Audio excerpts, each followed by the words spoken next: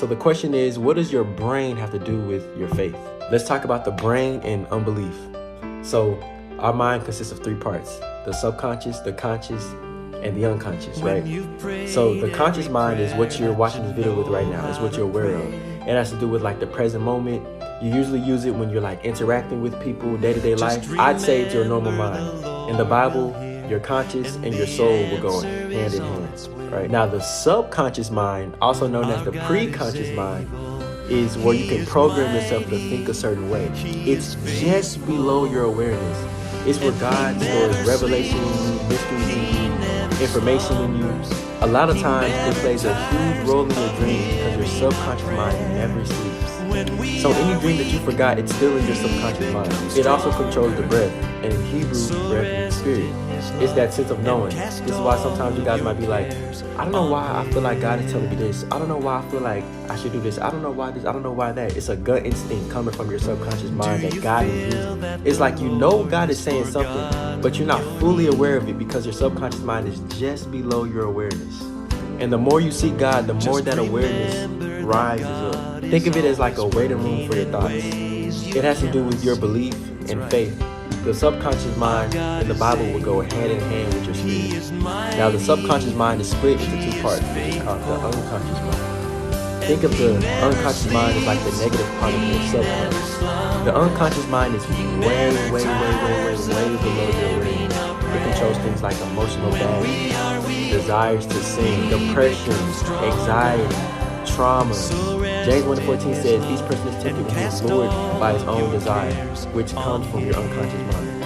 This is what the devil uses against you. In the Bible, the unconscious mind and the flesh go hand in hand, also known as the carnal mind. When you sin, you're being more unconsciously minded because you're just acting off of your body. Have you ever heard somebody say the phrase, you just start thinking more with your brain and it makes me feel strong? This is why in Matthew 22:37, Jesus says, love the Lord your God with all your heart, all your soul, and all your mind. Why did he say all your mind? Because your mind has multiple parts. So the question is, what does your brain have to do with your faith and unbelief? Well, Jesus will say things like, whatever you ask in prayer, if you have faith, you'll receive it. He will say things like, if you have faith the grain of a mustard seed, you can say to a mountain, move, and the mountain will move. Like what? Jesus is talking about moving mountains, but I've still never seen nobody do that. Jesus will say things like in John 14:12, greater works we shall do than he did. But he walked on water. I've never seen nobody do that. He turned water into wine.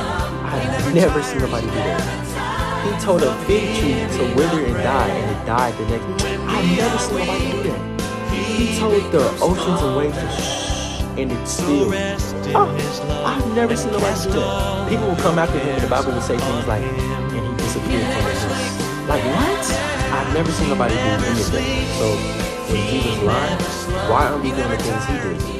Because we don't have enough access to our subconscious mind, which is more than 90% of our brain. If I go out to a tree right now and say move, I feel like I have no faith. I feel like, yeah, like why did you not move? Jesus said it. But it's because we have a hidden part of unbelief in our brain that we don't know about. And when we sin, we stay stagnant and low in our faith and our beliefs. And we stay in that unconscious part of us, that part where our flesh runs us. But when you pray, meditate, read the word, fast, show love, stay consistent, be in the present moment, it connects you to that subconscious part of your mind and makes you more aware of what God is telling you. This is why Jesus said in Luke 17:21, the kingdom of heaven is within you. Another term for your subconscious is also called the inner child, because children, when they are born, for like the first 6 years, they operate with just their subconscious mind. Jesus said in Matthew 18:3, he said, unless you change and become like little children, you will never enter into the kingdom of heaven. See, we are called the sheep in the Bible. Jesus is called the lamb. Have you ever asked yourself, what's the difference between a lamb and a sheep?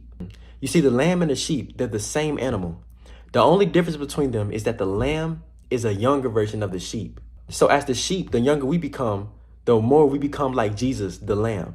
A lamb is just a baby sheep. This is why you always hear about children seeing angels and seeing Jesus and having these crazy dreams. It's because they're still flowing in that subconscious mind state, that heavenly mind state. But notice, like everybody else, when children grow up, they come out of that mind state. Why? It's because their subconscious is also known for programming. So children act the way their subconscious was programmed at an early age. If they had any type of trauma, it'll most likely stay in the hidden part of their brain, like the unconscious, and affect them when they grow up. Proverbs 22:6 says, train up a child in the way he should go, and when he gets old, he will not depart from it. Hence, reprogramming. This is why people of the world don't believe in Jesus and can't follow his ways, because they're heavily programmed. I hope this doesn't sound too weird. This is why Paul says in Romans 12:2, he says, do not be conformed to this world, but be transformed by the renewing of your mind. In other words, don't be like the world and follow the unconscious mind and follow the flesh, but follow after God and let him change your subconscious mind, because your subconscious mind affects who you are tomorrow. So if we want to be more connected to God, use spiritual gifts, walk on water, move mountains, get revelations like Jesus did, then we have to consistently let God change, renew, and reprogram our subconscious mind to flow in the same state that Jesus did.